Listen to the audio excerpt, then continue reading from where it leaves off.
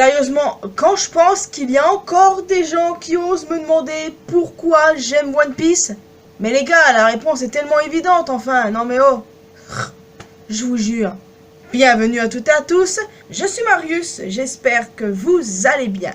Vous savez pourquoi je suis là les amis, on ne va pas perdre un instant. Mais avant ça, j'ouvre une petite parenthèse pour vous parler de ce qui s'est passé le week-end dernier dans One Piece. En effet, nous avons eu l'épisode 1000, un épisode incroyable, j'ai adoré. On a eu le remaster du premier opening, We Are, mais franchement c'était génial, ça m'a rendu nostalgique de ouf. Et aussi, mais aussi les amis, le plus important, l'annonce d'un nouveau film, One Piece Red. Un film centré sur Shanks le Roux en personne. Vous vous rendez compte? C'est incroyable. Il est attendu pour août 2022, mais moi j'ai tellement hâte de le voir en fait, tellement. J'ai hâte d'en savoir plus. Quelle sera l'histoire? Quels autres personnages feront leur apparition et tout? Franchement, je suis hype de dingue. Non mais les gars, un film sur Shanks le Roux, mais que demande le peuple quoi? C'est génial. Enfin, je ferme la parenthèse parce que je pense qu'elle risque de m'exciter encore un peu trop. Et on va tout de suite passer à ma review, évidemment. Ah, et sachez qu'à l'heure actuelle, je n'ai toujours pas lu les spoilers du chapitre de cette semaine. Parce que, en fait, pour une raison évidente, quoi. Vous allez aussi me demander, mais Marius, pourquoi est-ce que tu lis les spoilers? Très bonne question. Je crois que c'est une habitude que j'ai gardée depuis longtemps. Et dont je n'arrive pas à me passer, quoi. Enfin bon. Donc voilà les amis, on va parler du chapitre. Bon, un petit mot sur la première page comme d'habitude. Là, je suis obligé d'en parler parce que on y retrouve Yamato qui avec des chats noirs, ils sont en train de livrer des colis à des gens. Sérieusement les amis, Yamato, je peux que kiffer enfin. Ouais, bon, passons aux choses sérieuses maintenant les amis. Le chapitre a commencé avec Marco et Izu qui volent en direction du yokai de feu. Bon, je pense qu'il y a moyen qu'ils essaient de le ralentir, mais comment est-ce que ce truc sera détruit? C'est une excellente question et on verra bien ça dans le futur. On passe ensuite à Yamato, suivi par Apu, Drake et le number Fuga. Comme nous avons pu le constater, Fuga semble être proche de Yamato. Ça ne serait pas surprenant que Yamato réussisse à déplacer les bombes avec l'aide de Fuga. Et de ce fait, ça ralentira très certainement l'explosion imminente d'Onigashima. Il y a certains qui pensent que l'explosion d'Onigashima doit avoir lieu. Je suis assez d'accord avec ça, mais on verra bien de toute façon. En tout cas, les bombes plus le yokai, c'est vraiment la merde ce qui se passe là. Hein. Brook et Robin étaient toujours poursuivis par le CP0 jusqu'au moment où ces derniers ont fini par se faire toucher par le yokai de feu. Finalement, ils ont fini par se retrouver devant Apu, qui a eu l'excellente idée de les prendre en photo dans le but de les vendre ensuite à Morgans.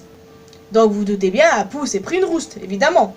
J'en attendais pas moins du CP0, ils sont extrêmement puissants, aucun doute là-dessus, et ça se confirme de toute manière. Non mais Apu, c'est un cinglé. Le mec, il essaye d'arrondir ses fins de mois comme il le peut.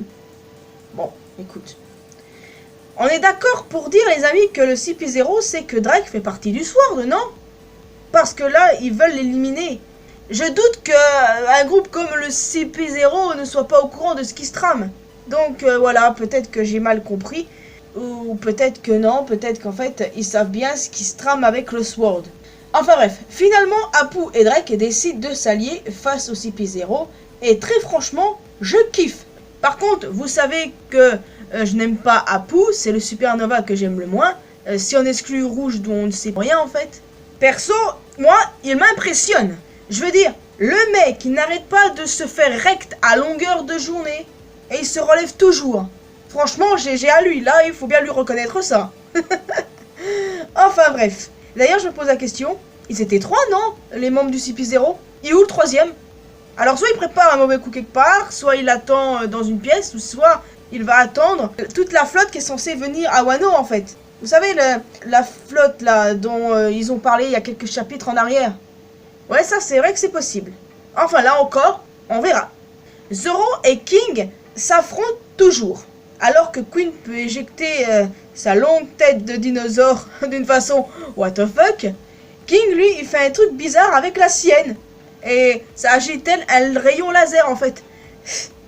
Je suis morte, sérieusement. Sa tête m'a flingué. Je veux dire, on cherche l'excuse. Ouais, c'est comme ça que les grands prédateurs de la préhistoire chassaient. Ça me fait marrer parce qu'en fait, ce côté loufoque, c'est totalement du One Piece tout craché, là. Il y en a que ça plaît pas, évidemment, mais je crois qu'ils ont tendance à oublier que c'est ce qui est propre à One Piece. Et c'est sans doute aussi des gens qui débarquent et qui comprennent rien en manga. Mais franchement, moi, ça m'a fait marrer, mais j'en peux plus, en fait. Enfin, après, ça a été un peu plus sérieux, puisque King a repris son épée pour affronter Zoro en le prenant de haut, tout naturellement. Zoro en vrai 1 versus 1, ça m'avait vraiment manqué, je dois l'admettre. De plus, il se pose de nombreuses questions sur King, comme nous tous d'ailleurs, sur sa résistance, sur ses ailes, ses flammes. Oui, il se pose des questions, et nous aussi, on aimerait bien en savoir un peu plus sur King, sur son peuple, les Lunariens. Enfin, de toute manière, on en apprendra plus, c'est forcément le cas de toute façon, et Zoro arrivera à vaincre King, tout comme Sanji arrivera à vaincre Queen. Et j'ai super hâte de voir ça. Un shamisen se fait entendre et a fait réagir le Enma plutôt violemment, comme le moment où Zoro l'a obtenu pour la première fois. Oui, c'est Yori qui joue du shamisen, et comme le Enma revenait à cette dernière, c'est assez logique qu'il réagisse ainsi. Je veux dire, en soi, Enma c'est toujours le sabre d'Oden, et ce sabre a donc un lien fort avec Yori. Donc à cause de ce lien puissant, Zoro pourrait peut-être éventuellement rendre le Enma à Yori. Mais quel autre sabre pourrait le remplacer? Peut-être le Nidai. Bon les amis, je fais que des spéculations, hein, je détiens pas la vérité. C'est juste comme ça une petite théorie, il est possible qu'il finisse par rendre le Enma et qu'il ait une autre lame. Ça aussi c'est très possible. Mais bon, je sais pas, honnêtement j'aimerais bien qu'il garde le Enma, mais bon, on verra bien ce qui va se passer de toute façon dans la suite du combat entre Zoro et King. Finalement, le chapitre se conclut sur Orochi qui découvre que la musique vient de Iori, alias Komurasaki, l'amour de sa vie. Bon, à mon sens, évidemment, ça confirme que c'est bien Iori qui a soigné les fourreaux rouges il y a plusieurs chapitres de cela. Ça remonte quand même à plusieurs mois. Mais de toute façon, ça me paraissait toujours évident. Du moment qu'elle avait soigné Zoro, qu'elle soigne les fourreaux rouges était assez évident. Et puis de toute manière, elle est sur place. Et la chose la plus importante à faire maintenant, c'est de buter Orochi. Mais bute-le Yori en fait. Elle a dit elle-même qu'elle comptait le buter de ses propres mains. Eh ben elle va le faire, vas-y, il est temps qu'il crève. Allez, bon débarras, on aura fini avec cette ordure. Mais plus j'y pense les amis, plus j'y pense, plus je me dis qu'il ne va potentiellement pas mourir. Non. Je veux dire, Orochi c'est une raclure, une pourriture, plein de mollures correspond à celui-là. Mais le fait qu'il ne meure pas est envisageable. Je veux dire, Spandam ou encore Oddie Jones, eh ben, ce sont des ordures eux aussi. Et pourtant, ils ne sont pas morts à l'heure actuelle, non. Ils étaient pourris jusqu'à la moelle, et Orochi l'est aussi. Et puis on connaît Oda. C'est vraiment très rare qu'il fasse mourir ses personnages. Très rare. Je m'égare peut-être les amis, mais voilà. Moi, je veux qu'il crève parce que je déteste ce personnage et qu'il meure, ce sera que justice, quoi. Mais voilà, quoi. Il y a la possibilité qu'il ne meure pas. Vraiment. Et cette possibilité, je l'envisage de plus en plus. Et franchement, moi qui le déteste et qui n'arrête pas de dire qu'il mérite de trépasser, je serais un peu déçu. Mais pas totalement, parce que c'est totalement du Oda, ça. Alors... Donc voilà les amis, c'est tout pour moi. J'espère que vous avez apprécié cette vidéo. N'hésitez pas à me dire ce que vous en avez pensé et ce que vous voyez pour la suite.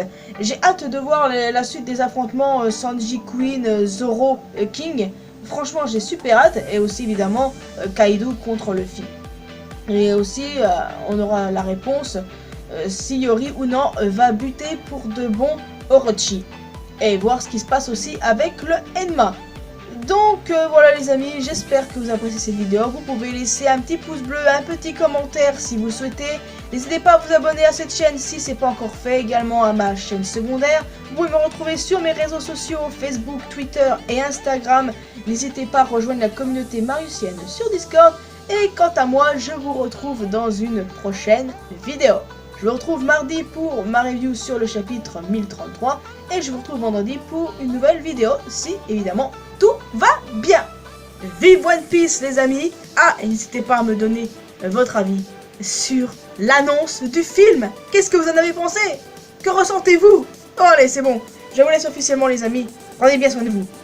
À la prochaine.